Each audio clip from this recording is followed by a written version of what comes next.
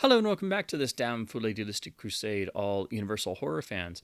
For those who always wish that perhaps there was a sequel to the 1980s film The Monster Squad, where you had a sort of ragtag group of kids and teens sort of fighting off essentially the classic Universal horror monsters that had somehow reemerged in their own reality and were, of course, real flesh and blood monsters they were having to deal with, and also doing this under the noses of adults and things. If you ever wished that there was a sort of sequel to that, or something that at least took that idea and also everybody's love and adoration of the classic Universal horror monster characters, well, I think I have something for you. This video is dealing with a particular facet of how Universal decided to market and brand their classic characters as the Universal monsters. And at this time, around the year 2000, they tried a couple different attempts at bringing the monster characters not only to the youth market, but trying to capture said youth market and get them interested in the classic horror films. This was around the time that they did the next rollout on home video, the Classic Monster Collection that was on VHS and then was timed for the DVD rollout, especially in 1999, 2000, 2001. But then they also did all kinds of merchandise and different things. And I remember this happening when I was growing up, and it was when I was becoming more cognizant of the classic Universal horror canon, and I started being able to rent more of the films on VHS, and I saw the DVDs and had nowhere near enough allowance or pocket money to afford those, because of course DVDs used to be very expensive. But what I didn't know is that there was a book series done around this time period. And these I have behind me. I have 5 of the 6 books in the series. Unfortunately, I don't have the 6th and final book, but they were all written by Larry Mike Garman. And it's basically the Monster Squad in 2000, 2001, 2002, I think, is when the last book was written. So these were all done pretty much back to back in the sort of manner of what Scholastic book series would be cranked out like.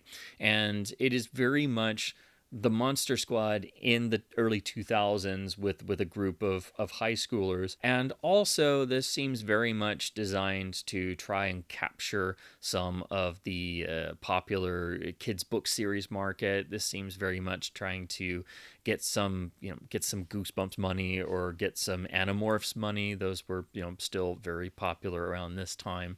And the idea of a preteen or middle school book market was really starting to take off. And so this is very obviously an attempt by Universal to try and get some of that. I guess it really didn't work because I had never really heard of these before until I stumbled across 1 or 2 in a used bookshop and had to look them up because I had no idea they existed. And there are only 6 of them. The reason why there are 6 is it ties into the whole development and in terms of the plot and how the Universal Monster characters are now suddenly in the real world. And I have to give Garman credit here because he did come up with a plot setup and some nice quirky enough high school characters who bicker and have a sense of humor and are total characters in and of themselves, which is what you need for any kind of story like this. But he came up with a way in which that we not only have a reason for these 3 completely different kids to know one another and be friends, but also how they inadvertently unleash the monster characters into the real world. So I do give him credit for that, but it's also underlining the fact that this is a Universal product because the kids actually have summer internships at Universal Studios in Florida, so that means all these stories are relatively Florida-based, but they borrow an experimental 3D projector, and of course they grab the defective one, and there's a lot of allusions and nods to the classic Universal horror films because not only are the kids themselves diehard fans of the films, but they actually use this experimental projector to watch the new DVDs of the Universal horror films, and a bolt of lightning strikes the house And in the process, everything malfunctions, and the actual 3D holographic technology that's experimental, that getting sabotaged in this way, or going wrong, allows for the monster characters to escape into the real world. And it takes a little bit of time, but then the kids realize they've basically doomed humanity and they have to stop it themselves. But they have to wait for events and things to occur to cue them in on it being one of the monster characters. And so in each book, they basically go after one of the monster characters when certain weird events go on. And of course, it's all around a Florida location, because they're, of course, kids and they having to share a car because they're still in high school. So I like that there's not only a lot of nods and references to the classic films themselves, but that the author took the time to find a particular setting and make it believable enough, and create characters that were interesting and quirky enough to be entertaining, so that way the books don't get boring.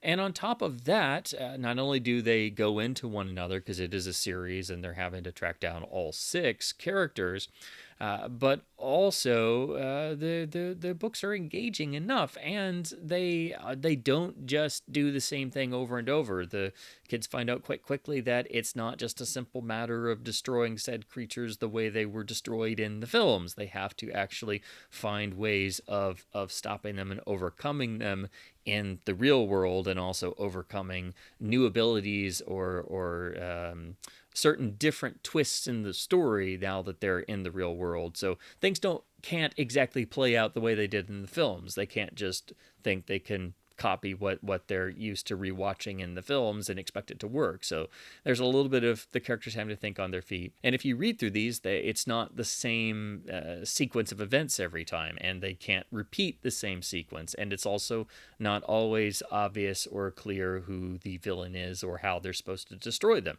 So there is a certain freshness here to these. Yes, they're obviously designed for middle school readers. They even have the reading level rating on the back, and they're obviously very much dated, and have a lot of 1990s and 2000s references. So you will get a bit of certain nostalgia for that time period if you grew up then, when you go back and read these now in 2023. So I did have quite a bit of fun reading through these. I wish I had the 6th book, which covers The Bride of Frankenstein, but that one is, I guess, a lot harder to find. I looked it up on eBay, and there's only one copy going for like $80, and so I'm like, well, I got all of these for less than $1 each, so that's a bit of a price hike. But if I can ever find that, I'll get a copy and read through it.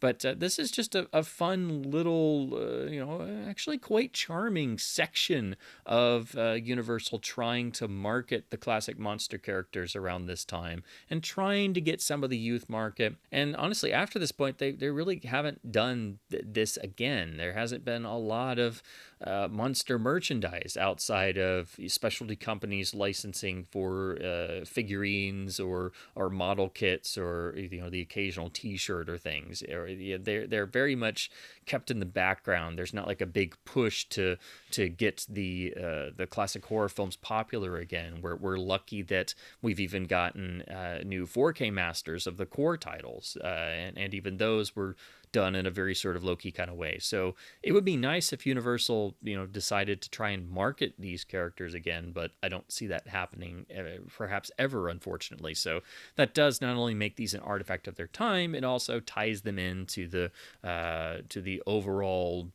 particular era of Universal horror, in terms of trying to give it new life around this time, the year 2000.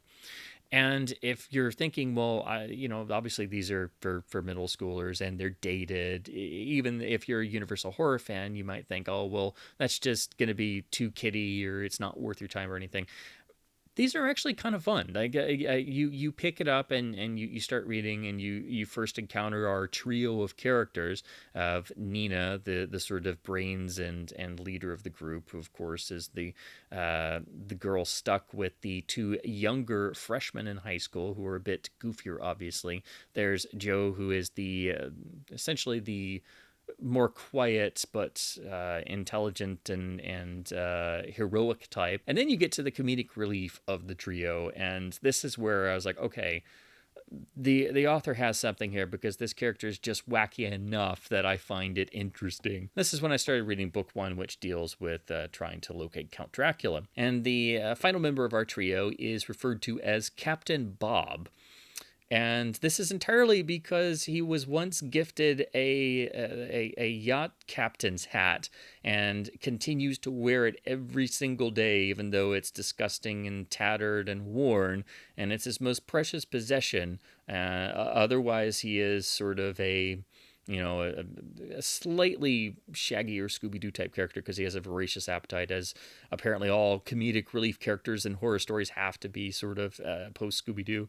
But it's charming enough, and the references are a fun bit of nostalgia, and of course any references to the technological side of how the holographic projector worked and how they have to recapture the monster characters is hilariously outdated and doesn't make a lick of sense, but at least the concept is established enough, so you can go with it.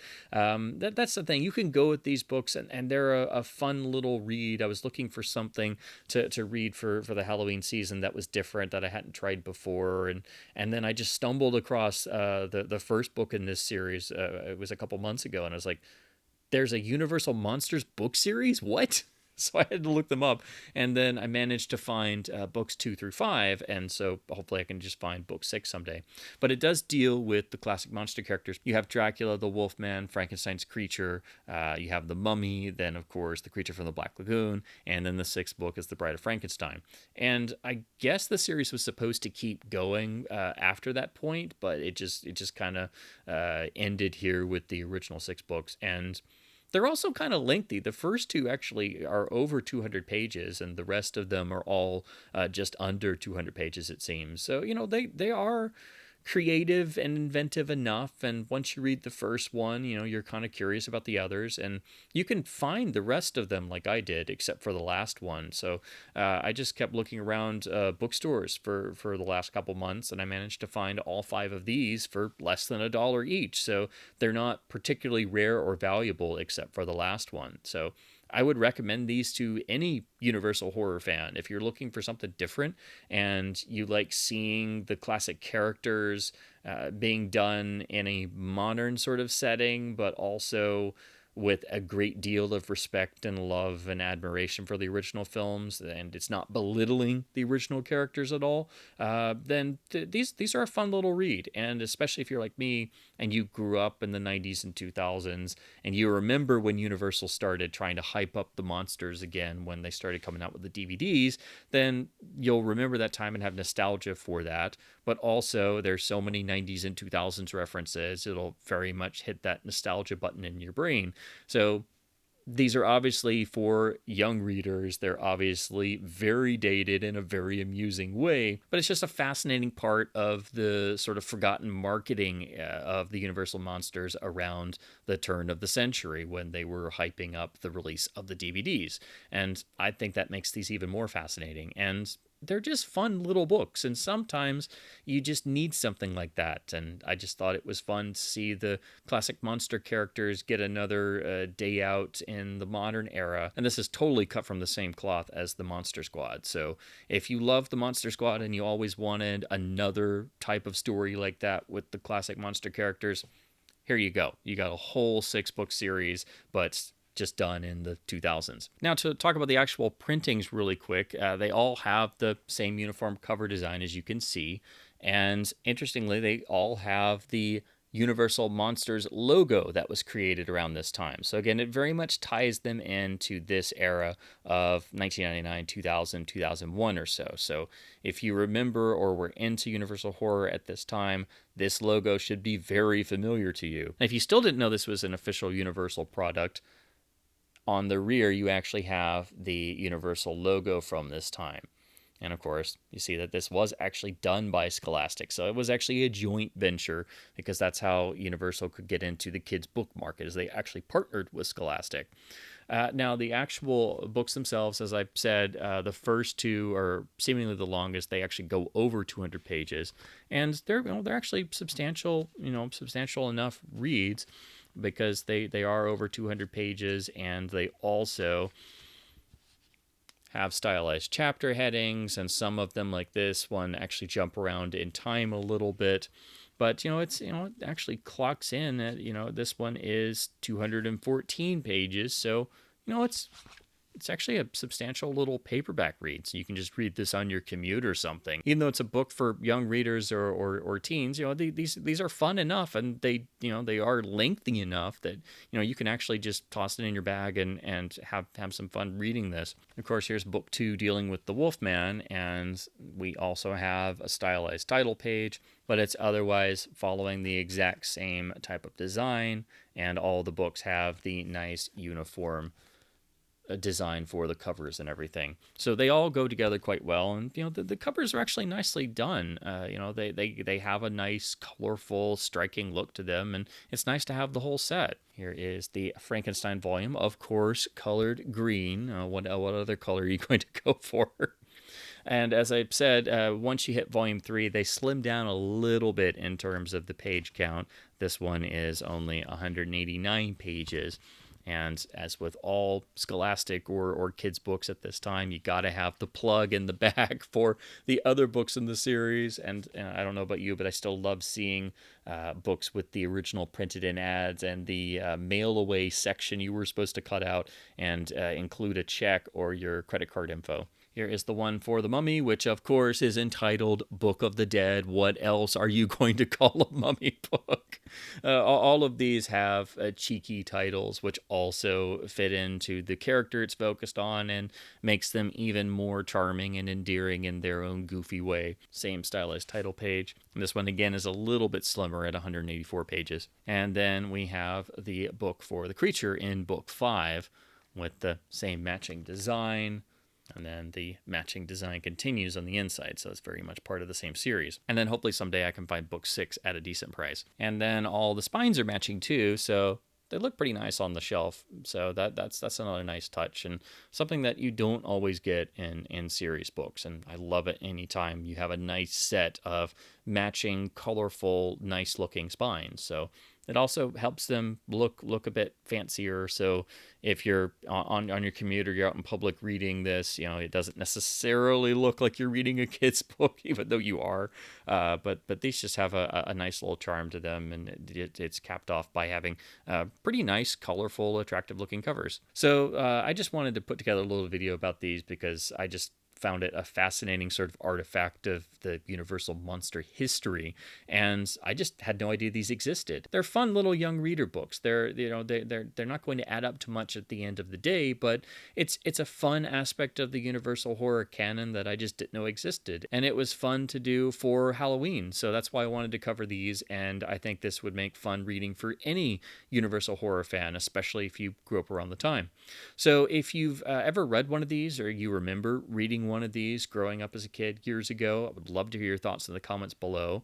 I hope I can find the 6th book at a decent, cheap price someday just to have the whole set. But if you manage to get a couple of these, it's a fun little series to read through, and there's enough creativity going on and enough adoration and love of the classic films that I think anyone will find some entertainment value out of these. So as always, I hope my thoughts about the Universal horror canon, even in the young reader book form, have been at least somewhat fun and informative. Please do keep supporting your local independent bookstores wherever possible to help keep them in business. Hopefully you'll be able to find some of these if you're interested. And as always, thank you ever so much for watching.